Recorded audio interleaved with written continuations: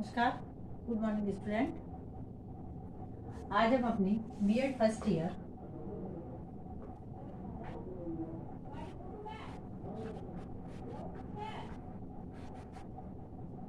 Pedagogy of social science में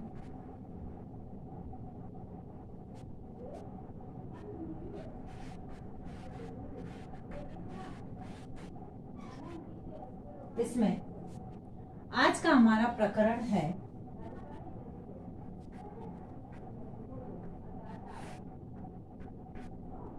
आज का टॉपिक है सामाजिकृत अभिव्यक्ति विधि। सामाजिकृत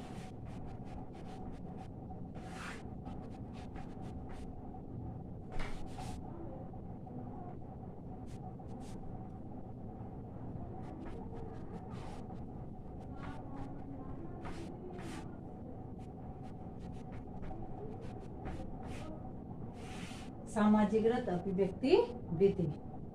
सबसे पहले सामाजिकृत विधि है क्या, यानी सामाजिक विज्ञान का जो शिक्षण का जो प्रमुख उद्देश्य है वह छात्रों में सामाजिक गुणों का विकास करना है, क्योंकि बालक समाज में रहता है और समाज का अध्ययन सामाजिक विज्ञान के माध्यम से ही करता है। यानी समाज में रहता है और समाज के जो क्रियाकलाप है उन सभी का अध्ययन वह सामाजिक विज्ञान के माध्यम से करता है। इस यंत्रीकरण के युग में अनुसंधानों के आधार पर यह निष्कर्ष निकाला गया कि वे समस्त विधियां जिनमें छात्र निष्क्रिय श्रोता है, अध्यापक सक्रिय रहता है, बेकार है, बल्कि ऐसी शिक्षण विधियां होनी चाहिए जिसमें छात्र अधिक से अधिक सक्रिय रहे और शिक्षक केवल क्या करे, पथ प्रदर्शक या मार्गदर्शक के रूप में कार्य करे। सामाजिकृत अभिव्यक्ति विधि भी एक ऐसी ही विधि है। इसमें छात्र जो है सहयोग एवं सद्भाव के आधार पर कार्य करके ज्ञानार्जन करते हैं। इसलिए जो है सामाजिकृत अभिव्यक्ति के माध्यम से बालक जो है समाज से संबंधित उन ज्ञान को प्राप्त करते हैं। जैसे कि ई.बी. वेस्ले का मत है, ई.बी. वेस्ले ने ये कहा है कि सामाजिक अभिव्यक्ति एक आदर्श है जो शिक्षण में ऐसे प्रयोगों की कल्पना करता है जिससे कक्षा के बालक सहयोग एवं सद्भावना से ज्ञानार्जन कर सके।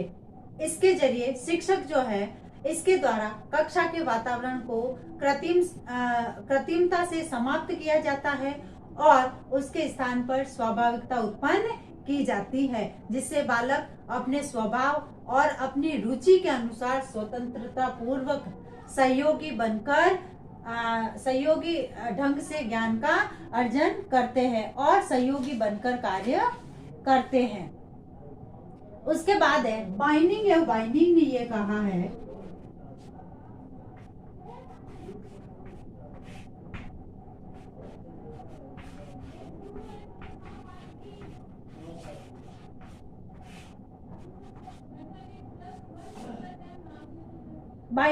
बाइंडिंग के अनुसार सामाजिकृत अभिव्यक्ति को सामाजिक वाद विवाद कहा जाता है। इन्होंने क्या कहा है, सामाजिक वाद विवाद।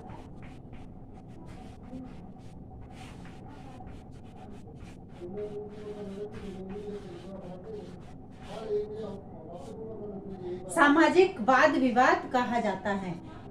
इसकी शुद्ध परिभाषा के संबंध में विभिन्न शिक्षाविदों में मत है।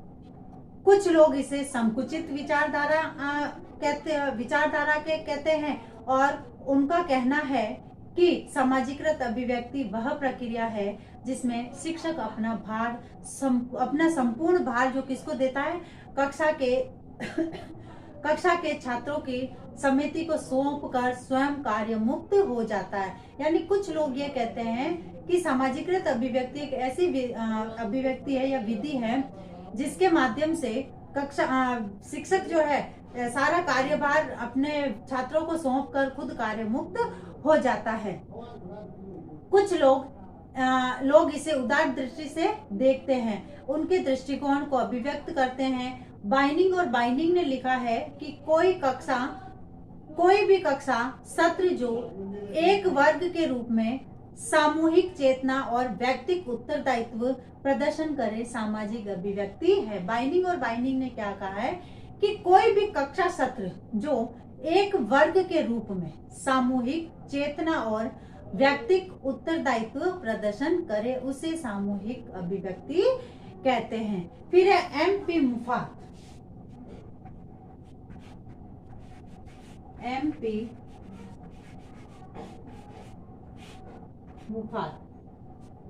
मुफात ने यह कहा है कि सामाजिकृत अभिव्यक्ति विधि व्याख्यान विधि की उपेक्षा छात्रों के सहयोग के लिए अधिक अवसर प्रदान करती है, क्योंकि इसमें विद्यार्थी भी कार्य करते हैं, विद्यार्थियों का भी सहयोग रहता है। शिक्षक केवल क्या करता है, इसमें मार्गदर्शक का कार्य करता है। वह एक सामान्य सामूहिक वाद विवाद विधि है जिसमें सभी बालक अपना योगदान देकर, प्रश्न पूछकर तथा समस्याओं के समाधान के लिए प्रयास करके सहयोगी ढंग से भाग लेते हैं। यह विधि किसी प्रकरण, प्रस्तावना, किसी महत्वपूर्ण घटना तथा बातचीत करने तथा किसी समस्या के अध्ययन के लिए प्रयुक्त किया जा सकता है। अब है ये जो सामाजिकृत अभिव्यक्ति जो विधि है, उस अभिव्यक्ति विधि का पद्धति का जो प्रयोग है वह किस प्रकार से कर सकते हैं,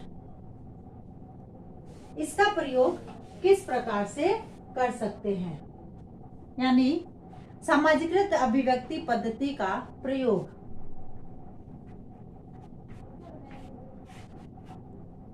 इसमें जैसे एमपी मुफात और बाइनिंग ने सामाजिकृत अभिव्यक्ति को सामाजिक वाद विवाद की संज्ञा दी है। किसकी संज्ञा दी है? सामाजिक वाद विवाद की, क्योंकि इससे समाज से संबंधित जो समस्याएं हैं उन समस्याओं को लेकर उस पर वाद विवाद किया जाता है। अर्थात वाद विवाद की विषयों को परियोजना 4 प्रकार से बताई गई है, यानी वाद विवाद के जो विषय होते हैं उनकी परियोजना को 4 प्रकार से बताया है। सबसे पहले औपचारिक वर्ग परियोजना। औपचारिक वर्ग परियोजना। अब इसके अंतर्गत छात्र परियोजनाबद्ध तरीके से, यानी योजना बनाकर योजनाबद्ध तरीके से वाद विवाद करते हैं। वाद विवाद के संचालन में, जब वाद विवाद किया जाता है तो उसके संचालन में जैसे व्यवस्थित तरीके से मंत्री, सभापति और अन्य जो पदाधिकारी होते हैं इससे संबंधित वो नियुक्त करते हैं। इसमें कक्षा का जो स्वरूप होता है वह संसद तथा विधानसभा जो होती है उसके समान ही होता है। फिर अनौपचारिक वर्ग।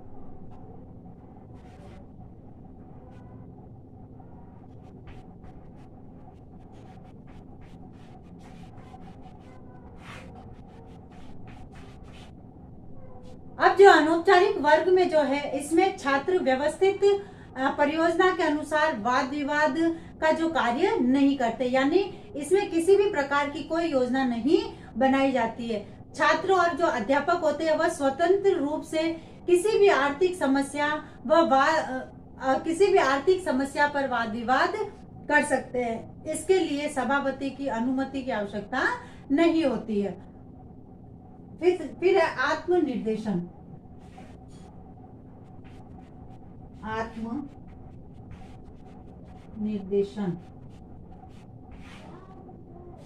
अब आत्मनिर्देशन के अंतर्गत इस परियोजना में छात्र ही बिना अध्यापक के सहयोग के किसी सामाजिक समस्या पर अपना आप ही वाद विवाद करके निष्कर्ष निकाल लेते हैं। इस परियोजना में केवल उच्च कक्षा के जो छात्र होते हैं उनके लिए उपयुक्त होते हैं, यानी जैसे 10th 12th उस स्तर के जो विद्यार्थी होते हैं उनके लिए यह विधि उपयुक्त है। उसके बाद है सेमिनार वर्ग व प्रयोजन। सेमिनार वर्ग व प्रयोजन, यानी इस परियोजना में कक्षा को कई वर्गों में विभाजित किया जाता है और प्रत्येक वर्ग को पृथक पृथक अलग अलग रूप से किसी सामाजिक समस्या को देकर इस पर वाद विवाद द्वारा समाधान कराया जा सकता है और यह विधि भी उच्च स्तर के लिए अधिक लाभप्रद होती है। यानी समाज से संबंधित जो मुद्दे हैं, जो समस्याएं हैं, उन समस्याओं को एक अलग अलग भागों में बांट दिया जाता है और उनके समाधान खोजे जाते हैं। तो इस प्रकार से सामाजिकृत अभिव्यक्ति है उस पद्धति का प्रयोग किया जाता है। अब इस पद्धति के गुण तथा दोष को हम अपने नेक्स्ट वीडियो में करेंगे। आज का आपका इसमें गृह कार्य है सामाजिकृत अभिव्यक्ति विधि का अर्थ व परिभाषा लिखिए। परिभाषा लिखिए। अब जैसे हम सभी जानते हैं कि वर्तमान में जो कोरोना चल रहा है वह भयंकर रूप से फैल रहा है तथा इससे बचाव हेतु हमें उपाय करने हैं और उन्हीं छोटे छोटे उपायों द्वारा हम इस कोरोना जैसी महामारी से लड़ सकते हैं। स्वस्थ रहे, सुरक्षित रहे। धन्यवाद।